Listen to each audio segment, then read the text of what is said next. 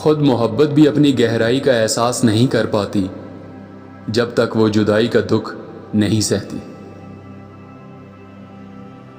بے شک وہ ہاتھ جو کانٹوں کے تاج بناتے ہیں ان ہاتھوں سے بہتر ہیں جو کچھ نہیں کرتے۔ تم جہاں سے چاہو زمین کھود لو، خزانہ تمہیں ضرور مل جائے گا، مگر شرط یہ ہے کہ زمین کامیابی کے یقین کے ساتھ کھودو۔ کسی شخص کے دل و دماغ کو سمجھنے کے لیے یہ مت دیکھو کہ وہ کیا حاصل کر چکا ہے، بلکہ یہ کہ کیا حاصل کرنا چاہتا ہے۔ آزادی کے بغیر زندگی یوں ہے جیسے روح کے بغیر جسم۔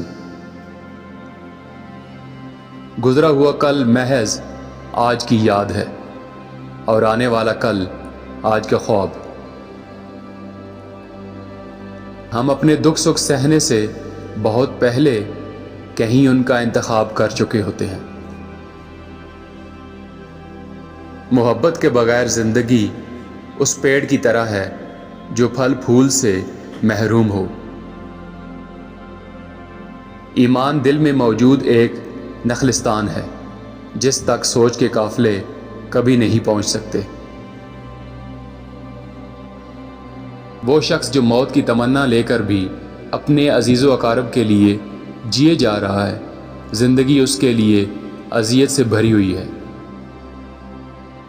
اگر تمہارا دل آتش فشاں ہے تو تم اس میں سے پھول کھلنے کی توقع کیسے کر سکتے ہو؟ میں نے باتونی سے خاموشی سیکھی، شدت پسند سے برداشت کرنا سیکھا، نامہربان سے مہربانی سیکھی، اور کتنی حیرانی کی بات ہے کہ میں ان استادوں کا شکر گزار نہیں ہوں۔ خدا سے قربت چاہتے ہو تو اس کے بندوں کے قریب ہو جاؤ۔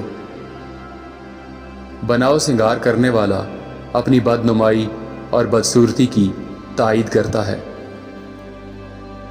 کچھ لوگ اپنے کانوں سے سنتے ہیں، کچھ اپنے پیٹ سے، کچھ اپنی جیب سے، اور کچھ ایسے بھی ہیں جو سنتے ہی نہیں۔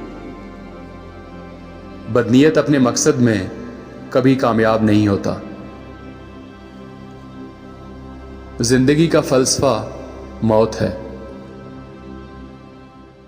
اس خوشی سے دور رہو جو کبھی غم کا کانٹا بن کر دکھ دے۔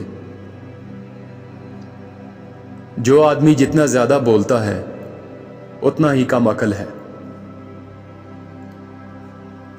انا کا مضبوط ترین خول ہمیشہ محبت توڑتی ہے۔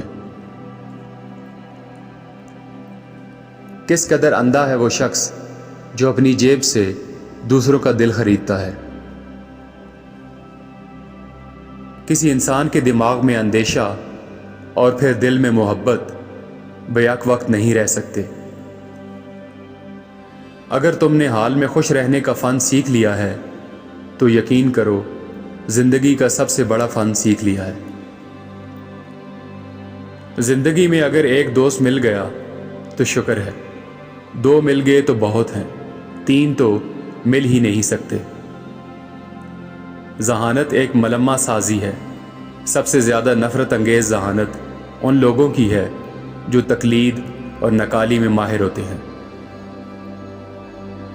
جب تم زندگی کے رازوں کو معلوم کر چکو گے تو تمہیں موت کا شوق پیدا ہوگا، کیونکہ موت بھی زندگی کے رازوں میں سے ایک راز ہے۔